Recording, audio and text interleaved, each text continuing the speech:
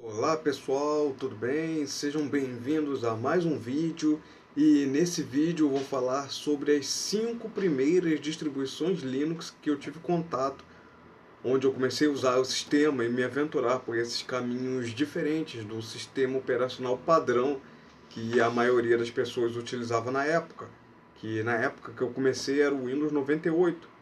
O Windows Millennium e também o Windows 2000 estavam sendo lançados mais ou menos naquela época, mas o que eu usava era o Windows 98. Para você ter uma ideia de quanto tempo tinha, se eu não me engano, deve ter 16 ou 17 anos atrás, alguma coisa assim. E o meu computador naquela época só tinha 32 MB de RAM e o HD dele era um HD de 10 GB. O processador era um processador Celeron de 600 MHz. A velocidade era algo entre um Pentium 2 e o Pentium 3, que eram os processadores que dominavam o mercado naquela época. Tinha também o AMD K6 II, também era um processador que tinha uma forte influência no mercado. E eu usava internet de escada, que era muito, muito lento. Tinha que esperar da meia-noite para ficar usando, tinha que esperar o domingo ou o sábado, depois de 2 horas.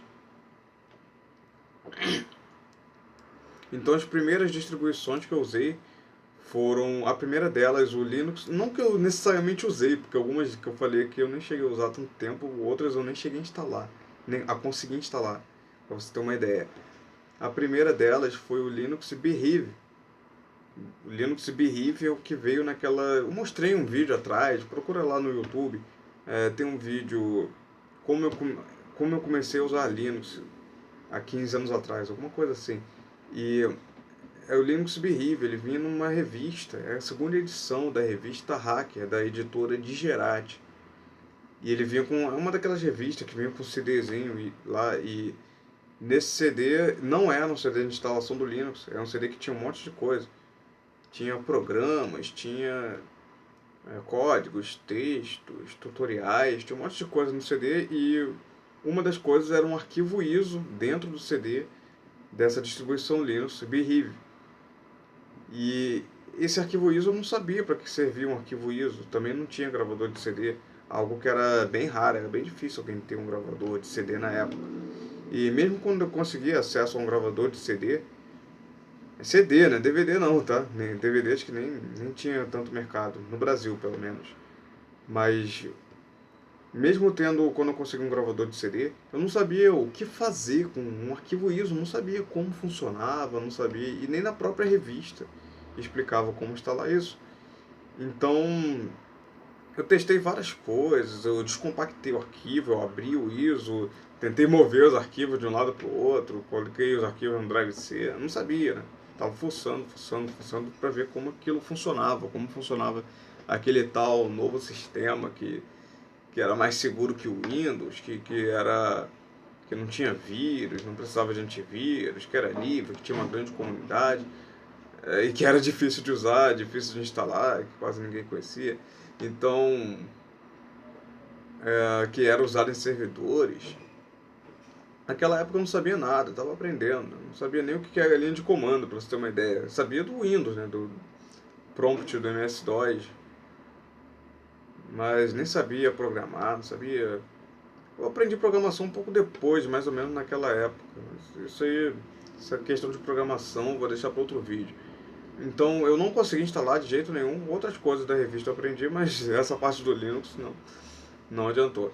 Então depois eu consegui uma outra revista que também falava sobre Linux e também não explicava muito bem, mas vinha com uma outra distribuição que era uma distribuição que era incompleta.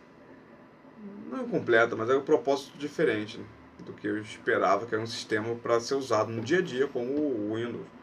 E essa distribuição era o Zipslack. Zipslack, não sei se você conhece a distribuição Slackware, você sabe? Não sei se você conhece. E essa Zipslack é uma versão reduzida dessa distro Slackware. Só que é uma bem reduzida. Zipslack, que foi feito para caber no disco zip. Não sei se você conhece, aqueles disquetes, super disquetes. Antigamente o disquete padrão era disquete de 3 e um meio que tinha 1 mega e 44 de espaço em disco, 1 mega. Um pouco mais de 1,5 mega de espaço. E existia esse zip, o disco zip é um super disquete que os padrões atuais pode parecer brincadeira, mas é um disquete que tinha 100 mega. Não é um disquete, é um disco zip que cabia 100 mega, parecido com um disquete mesmo. E essa distribuição Zip Slack era reduzida e não vinha com interface gráfica. Que na época tinha o KDE e o Gnome, acho que era Gnome 2, KDE 3, mas não tinha, era só interface gráfica. Eu instalei, eu até usei para praticar os comandos, aprendi muita coisa nessa distro, aprendi a usar os comandos, só que eu não sabia como instalar, não sabia como baixar, não sabia como instalar a interface gráfica. Tinha como era o Slackware, tinha que mexer em arquivos de texto, arquivos de configuração, então eu não consegui. Eu baixei, eu cheguei a tentar baixar o KDE, cheguei a tentar instalar, descompactar lá o tar.gz e um arquivo compactado. Não consegui instalar de jeito nenhum, fiquei usando um pouco em linha de comando. Até que depois eu encontrei no Mercado Livre, eu vi um anúncio do Demo Linux, que era uma outra distro que é uma distro com live CD, e um disco que estava boot pelo CD, e ele iniciava já com uma interface gráfica pronta. A interface gráfica na época, se eu não me engano, era o KDE 3, se não era o 3 era 2 ou alguma coisa. E eu comprei, acho que foi R$15. Eu comprei, dei o boot pelo CD, iniciei, e era aquele sistema perfeito, tinha a interface gráfica, tudo funcionando, vinha com StarOffice funcionando. StarOffice é um concorrente, um antigo concorrente do Office, da Microsoft, e concorrente também do OpenOffice, que acho que veio depois, que era se eu não me engano, a Sun Microsystems que produzia o OpenOffice. OpenOffice não, StarOffice. Vinha instalado, vinha um monte de coisa instalada, só que tinha um grave problema que eu não sabia, o vendedor também não me falou, não estava escrito no anúncio, e aquilo não tinha como instalar, era só isso, era só o live CD, e você não tinha como fazer a instalação do sistema no computador, tinha que ficar rodando lá o disco lá o tempo todo. Eu fiquei usando algum tempo assim, quando eu queria usar, aprender lá, eu abria os programas, abria o terminal, ficava mexendo lá, e alternando também com o Zip Slack, que eu tentava usar, não consegui, mas eu ficava mexendo lá, fui aprendendo a estrutura de diretórios do Linux, fui vendo lá, aprendi os comandos mais básicos, até um pouco de programação, comecei a aprender também. E aí a próxima distribuição que eu fui experimentar foi uma distro muito especial, que me ajudou bastante nessa jornada, estudando e aprendendo Linux, que foi essa distribuição aqui, não essa versão que está na capa desse livro, mas a distribuição Kurumin. Foi criada por esse cara aqui, o Carlos Morimoto, desse site, Guia do Hardware. Não tem nada a ver com esse site não, tá? Mas foi um site que me ajudou bastante naquela época. É uma das principais referências em Linux. E esse site, só que não foi a versão 7, na verdade, foi a versão 3 desse sistema operacional, que eu baixei lá, eu lembro que eu deixei lá na internet de escada, ficou o dia todo, sábado. Eu botei pra baixar, ficou sábado, o dia todo, só foi terminar o download domingo. É um arquivo, acho que era 300 mega, caía a conexão, eu tinha que reiniciar o download. Dava erro, eu tive que esperar, a internet era muito lenta. E aí eu esperei, fiz o download, gravei, nessa época eu já estava com o gravador, eu gravei no CD, instalei e foi essa distro que eu usei bastante tempo, foi nessa distro que eu aprendi bastante coisa. Aprendi muita coisa, aprendi a usar muitos programas, aprendi como funciona o Linux para usar no dia a dia. Foi nessa época que eu até removi o Windows, cheguei a remover o Windows, depois voltei. Mas eu fiquei usando bastante tempo só o Kurumin puro, sem o Windows, sem dual boot. Na época mais ou menos era a época do Windows Millennium, aí já tinha sido lançado o Millennium, cheguei a usar o Millennium também, mas eu fiquei usando só o Kurumin por bastante tempo até que eu quis me aprofundar mais ainda na internet de escada.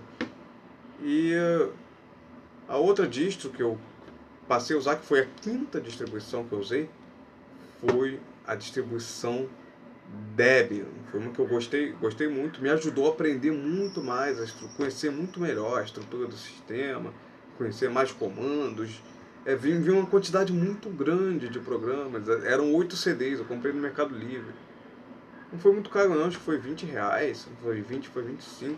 Eram 8 CDs que vinham o repositório inteiro do Debian. Sem precisar de internet para ficar baixando. Quando eu executava lá o apt-get para instalar o programa, ao invés de ter que baixar um monte de arquivo do repositório na internet de escada, ficava difícil. Demorava muito, a não ser que fosse pacote pequeno. E aí basicamente ele aparecia lá, insira o CD número 7 do Debian. Aí eu coloquei lá, colocava lá o CD, ele instalava o programa, tudo bem rápido, bem rápido.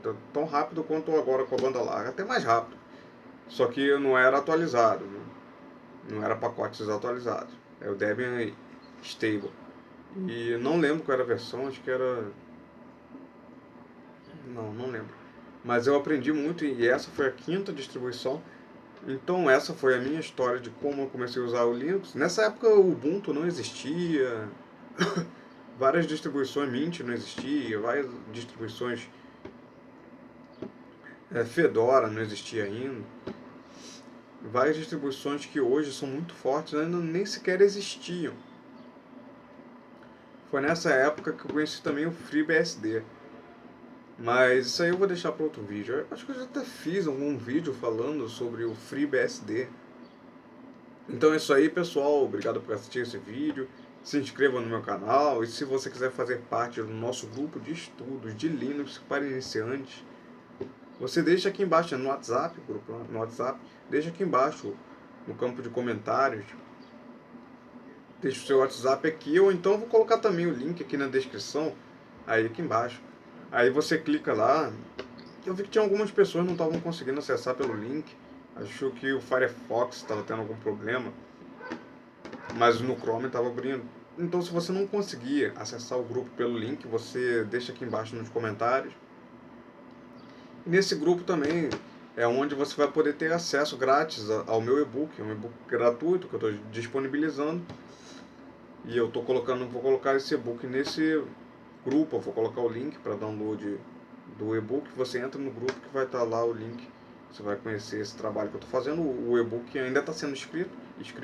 Ele está sendo disponibilizado, mas pode ter algumas coisas que eu possam ter que melhorar ou alterar alguma coisa, retirar, só que já está disponível lá como uma versão beta do livro.